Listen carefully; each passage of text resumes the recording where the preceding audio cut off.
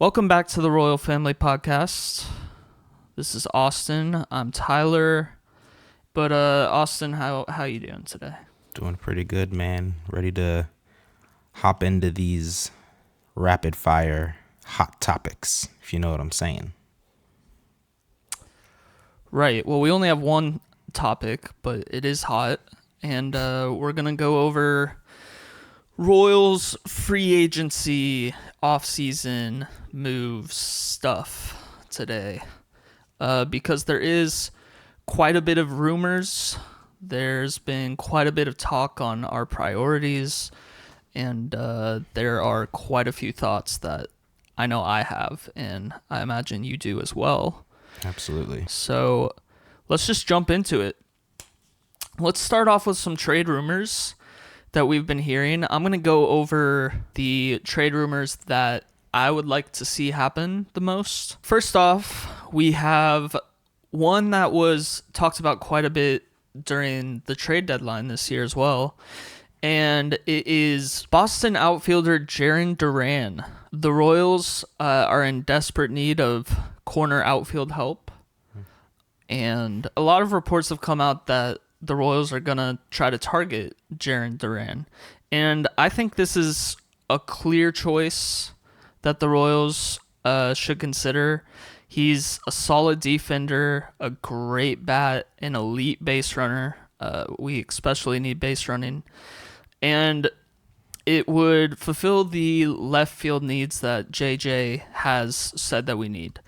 I've heard a lot of rumors about who could possibly fit into a deal like that.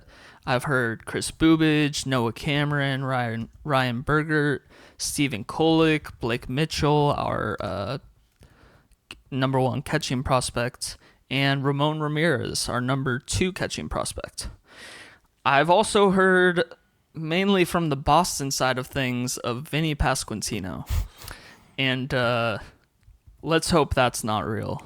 I don't think we would ever do that right now, but it also wouldn't shock me because while I think JJ has done a solid job, it hasn't been enough to completely earn my trust yet.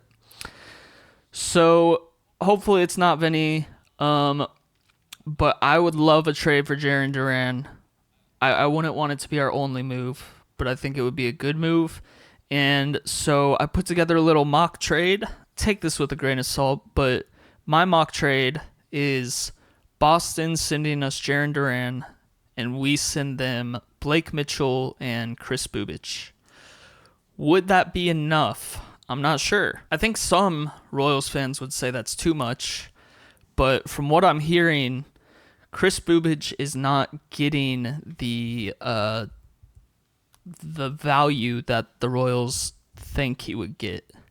So I'm not sure if Boston would even be interested in him. I don't know if that's because he's really only had one great season as a starting pitcher, if it's because of the injury they're worried about. Not sure.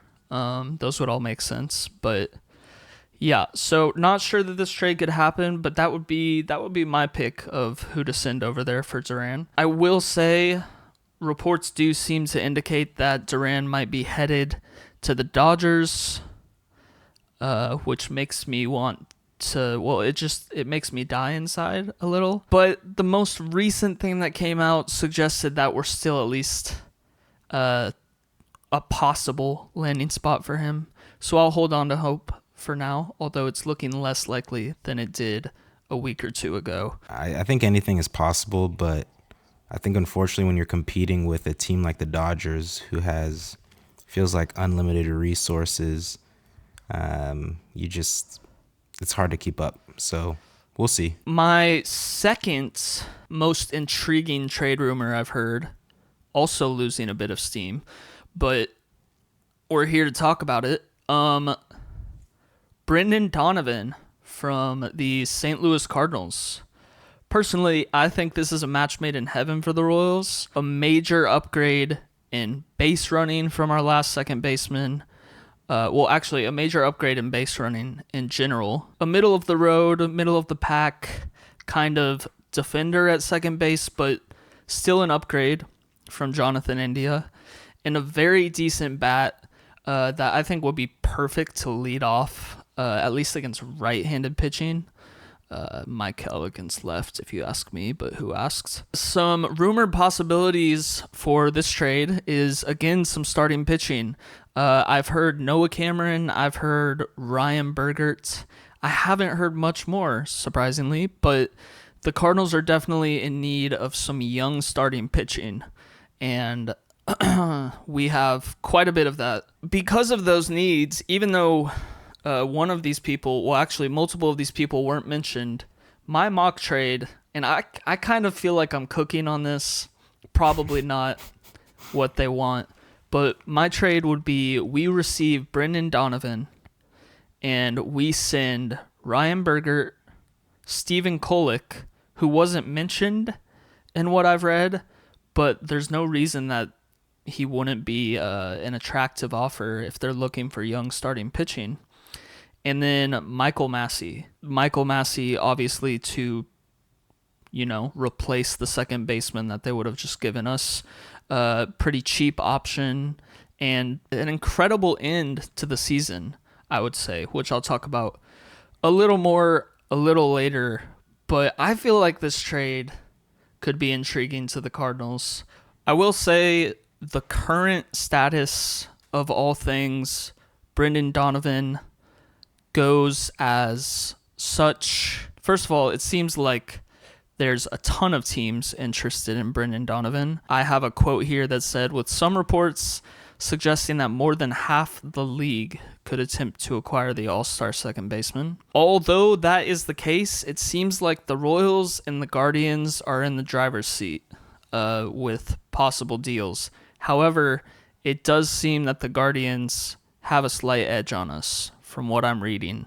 So I don't know if they'd be willing to give everything I put in my trade. My guess is they're not, because I feel like that trade would be very valuable. Maybe Stephen Kolek doesn't have the value I think he does, but I feel like he probably should. Anyways, we are second to the Guardians right now in the Brendan Donovan sweepstakes, and if we want to get him, we're going to need to spend. Something that we've been hesitant to do in years past, but I have faith we would be willing to be a little more aggressive and a little bigger of spenders, because we're going to need to do it for both Duran and Donovan if we want to get them. And I personally think a perfect roster next year includes Duran and Donovan. I'd love to see both of those trades happen, and if both of them did happen, I'd be good. Yeah, I don't know if it is the fact that Berger and Kolek were in the Freddie Fermin trade, and I associate that with Freddie, but not that we shouldn't trade for Donovan, but I'm like, wow, is this too much to give up? I mean, it's putting a lot of, and of course his resume speaks for itself, but is this too much stock to give up for Donovan? No. First of all, we saw Ryan Bergert kind of blow up at the end of the season. We know what he's capable of, but he's still incredibly young, and we don't know if he's a consistent person for like over the length of a career. And we also know he only had one quality start because he really couldn't get to 6 innings all year besides one game. And then Kolek, we only saw, I think, 3 or 4 starts from, which were all very impressive. But again, not much sample size. And even with all of that, you could still argue we're giving up too much. But with how much pitching depth we have, I would argue that we wouldn't be giving up too much. Stephen Kolek is not, I don't think, even likely to be on, with the current team we have, is not likely to be on the opening day active roster. So I personally feel like it's not too much, but I do hear you. Some other possibilities I've been hearing. Another possible one from Boston. Right fielder Wilyer Abreu is another piece that Boston seems willing to move, and I think would be a good second option in terms of outfielders. If we aren't able to get Duran, he has elite defense, a solid bat, a below average base runner is the one drawback, especially with us trying to improve on our base running. But I think he would be super valuable, and I think he could probably play left field as well.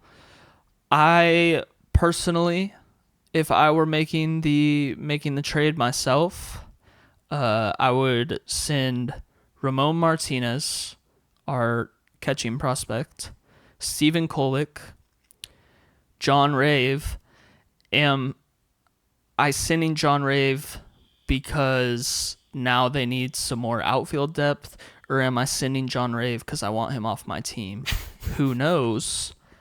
But he's in there. Either way, the job and then gets David Shields, who is our top pitching prospect currently. And then the only other rumors I'm hearing is that we might possibly, this was also talked about during the trade deadline, during the season as well, but we might possibly trade someone to the Angels for either Joe Adell or Taylor Ward. Now, I personally, assuming the other outfielders don't work, I personally would love Joe Adell. I think he's coming off a breakout season with 37 home runs, 98 RBIs, a 7.78 OPS. He could be a solid everyday bat in our lineup. And even if he was a little worse than last year because he has been known to be a little inconsistent, I think he could be that platoon bat that JJ has talked about many times now, wanting to split time with Jack in right field. I think he would fulfill that role pretty incredibly. And I think he's the one drawback is, like, oh my god, looking at his outs above average this year, he was terrible on defense for some reason. I don't know why. He was better at left field than center field, obviously.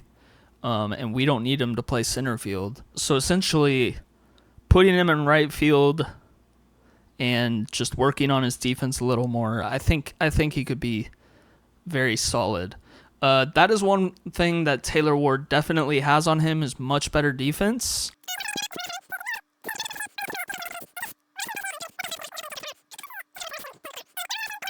He'd be $11 million for just a 1-year rental. And Joe Adell is quite a bit cheaper, and he's not going to be a free agent till 2028.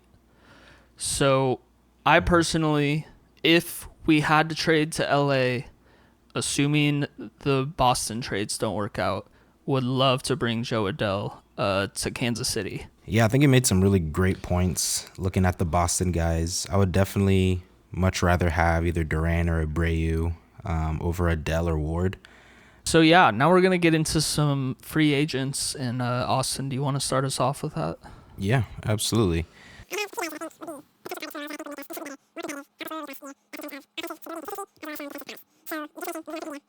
So the second player I've got on this list is a guy who can give us some outfield help. He batted .277, had 17 homers and 54 RBIs, splitting time this year between the Twins and the Phillies. Okay, let me guess. Oh, that's Harrison Bader. Yes, Harrison Bader, the ex-Cardinal. He had a 4.4 WAR this past season. As I mentioned, pretty decent batting average at .277. This one, kind of like you just mentioned with free agency, maybe not quite a hot commodity as Polanco, but I think a very solid player that can give us great outfield stability. I think realistically, we can probably get him for around 12 to 15 million. He did decline his 10 million option to return to the Phillies. But again, we'll have to see. I think he would definitely be a secondary outfielder to look at as far as the tiers of guys you really want, with, I think, Abreu, Duran, and being maybe that first tier of players you want to try to go after. But if that doesn't work out, free agency is there, and I think Bader would be a great fit for the Royals. I think Harrison Bader is intriguing. It does appear that he'd want 20 to 26 million for a 2-year contract. So, what'd you say, 12? Yeah, like 12 to 15. I think that is that might even be high, your estimate. So that definitely could be good. I think if we did sign him, we definitely want to look at trade options for Kyle Isbell, because I don't think Harrison Bader is going somewhere to be anything but a center fielder. So we'd probably want to see if we could get something good for Isbell first, and if we could, which obviously we've already discussed some options for a trade like that, then that would definitely be worth looking into. But go ahead with your next guy. My third and final one is a bit of a curveball, pun intended. And he's a former Royal. He is a relief pitcher. Oh, no. Yeah, I know. Oh, God. Yeah, I know. He was 4-1 this past season, had a 2.97 ERA, 1.23 WHIP. He did struggle, I'll be honest, the last handful of games of this past season. His body of work, when the Royals, he didn't really perform the greatest, if I'm being honest with you. But I feel like since leaving the Royals, he's kind of figured some things out. His 2024 season was pretty good. He had a .85 WHIP. Like I mentioned, that went up a bit this past season. But his name, are you able to put in a guess? Do you know who I'm talking about? No. He played this season for the Guardians. His name is Jake Junis. Jacob Junis. I call him Jake. But anyways, he yes. doesn't like that. Oh, he doesn't? Oh, I didn't know that. I'm sorry. That's okay. Let me go back. We'll Rewind. talk to him about forgiving you. And what is the hole that you're seeing in our bullpen that needs to be filled? Well, you have to replace Sam Long, of course. This isn't like this is Hold something for laughter. This isn't a move that I'm like, oh, we need this, otherwise we're screwed, or oh, this makes us immensely better, or anything like that. I just think he would be a solid bullpen piece that gives us added depth. We saw it this past season. Obviously, I don't anticipate this happening again, but if the injury bug were to take over the Royals again, as far as the rotation, starting rotation is concerned, it's good to have a solid bullpen to back that up. I could get on board with that if we end up trading a bunch of bullpen guys to get something good on offense. I would say right now our biggest problem with the bullpen is having too many guys and not knowing who's going to make the starting roster. Mm-hmm. In my personal opinion. Yeah. I think needing to replace Sam Long is kind of a funny thing to say, because getting rid of him is replacing him. I know. I respect that if he is cheap, as you say, and if we get rid of more of our bullpen, but not sure I would jump at that too much. From my extensive research, he'd be somewhere between 3.5 and 5 million for a season. Yeah, that's a little expensive for a relief pitcher. Another free agent possibility that is probably not on any Royals fans' radar, or on very little, is Miguel Andujar. And Miguel is the left fielder for Cincinnati. He quietly became one of the better contact hitters in the league last season, and would really fit into what JJ said he wanted out of a right-handed platoon batter to split time with Jack in right field. Honestly, one of my favorites, though probably not going to happen, one of my favorite possible signings he just seems like someone no one is really paying any mind to, someone who's going to be really cheap, and somebody who can just fit so many needs on the offensive side for us. The problem with that, his fielding, it would be a bit of an understatement to say it leaves a bit to be desired. And he's also not a great base runner. So Nobody is. I do understand not wanting to sign him, but as a platoon guy, I really think you get a lot of bang for your buck. He's likely to cost about $5 million per season. I'd throw him a 2-year deal. See what he can do. That's my dark horse for this free agency race. And then the last little thing I wanted to mention, one move that seems very possible to happen that I don't want us to make, and that is re-signing Carl Yastrzemski's much worse grandson, Mike Yastrzemski. Although Yaz was valuable for us at times this year, many times this year, he didn't seem to me to like really know who he is. He didn't go out every day being like, this is my role, I'm going to get this done. In my opinion, he would be like incredible at drawing walks against right-handed pitchers, which is what we got him for. But then all of a sudden, he'd hit 1 or 2 home runs in like back-to-back at-bats or back-to-back games, oftentimes swinging at the first pitch, which I think is mainly just an element of surprise thing going on there.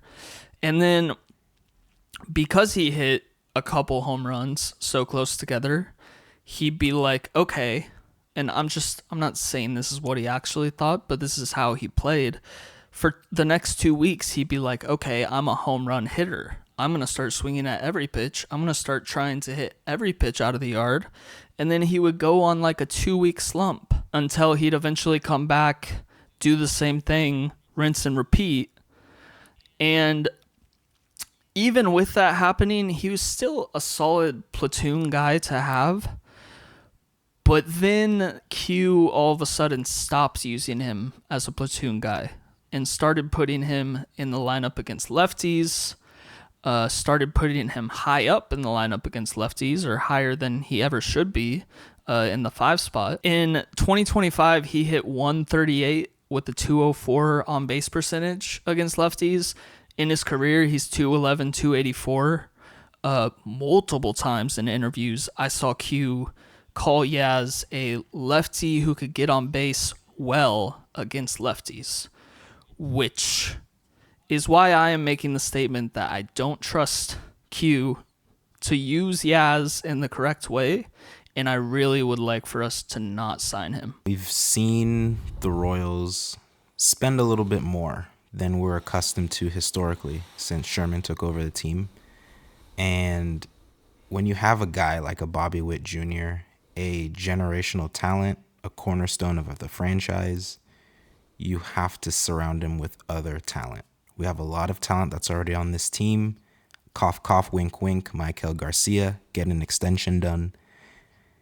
But you have to continue reloading each season because other teams are getting better. You have to get better. And there were obvious deficiencies that we saw in the Royals last year, things that are fixable if you make the right moves in free agency and offseason trades. So I am cautiously optimistic. There's a path forward, but now's the time for JJ Piccolo and ownership to seize the moment and get better. I couldn't agree more, although I am boldly pessimistic. But hey, that means I get less disappointed. So appreciate you all joining us on this, not this week. Appreciate you all joining us on today's episode. Say goodbye. All right, bye guys.